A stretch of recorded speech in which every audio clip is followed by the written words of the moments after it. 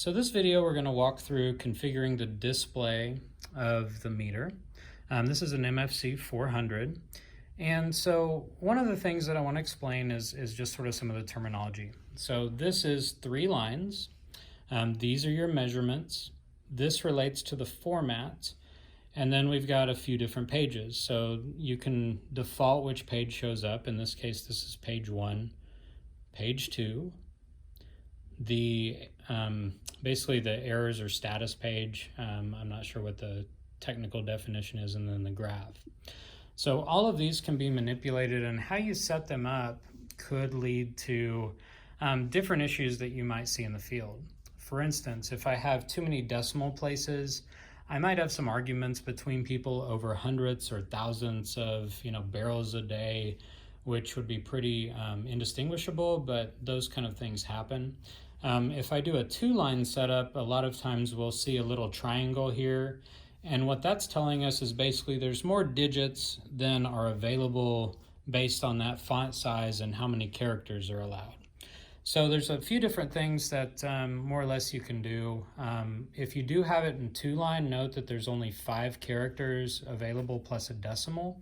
So if you were to go over, let's say in this case to 100,000 barrels a day, you're going to see that little triangle, and it's going to look like it's reading really, really, really, really low all the time. So that's just a couple of the little nuances. When it comes to mag meter or to Coriolis meters, I really like to see a different setup than we're showing here. So I do like to see flow. I like to see temperature, and a lot of times you'll see a counter. So let's just get into it and we'll take a look at some things. So like normal, we push and hold this button to access the menus.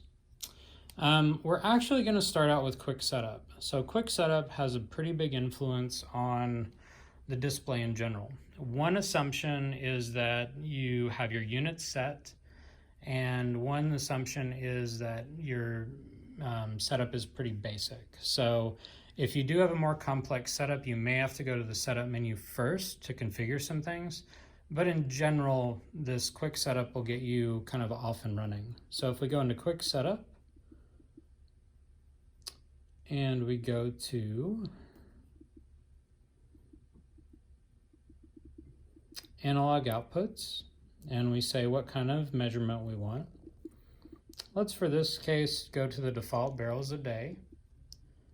The range is here. So again, if I hit this, it's going to tell me what my max is and my min is. We'll leave this at 0 to 90 barrels a day.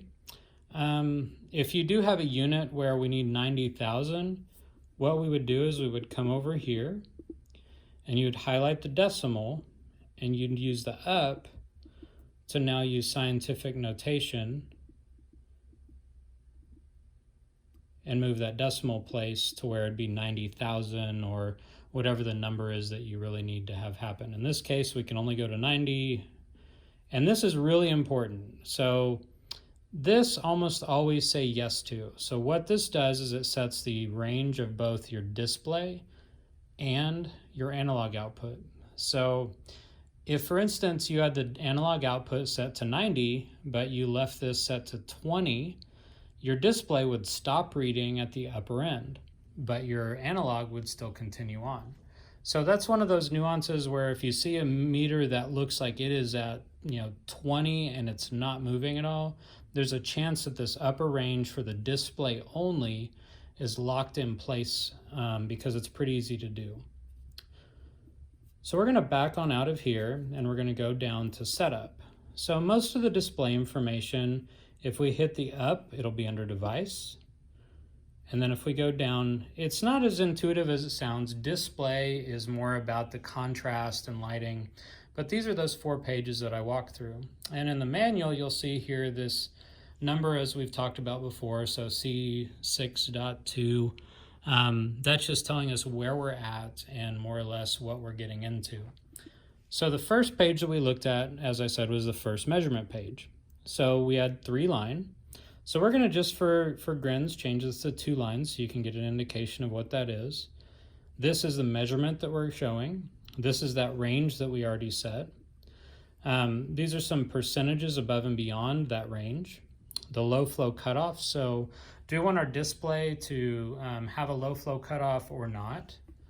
The time constant, which relates to more or less the time windowed averaging that's occurring so that the measurement's not bumping and bouncing all the time.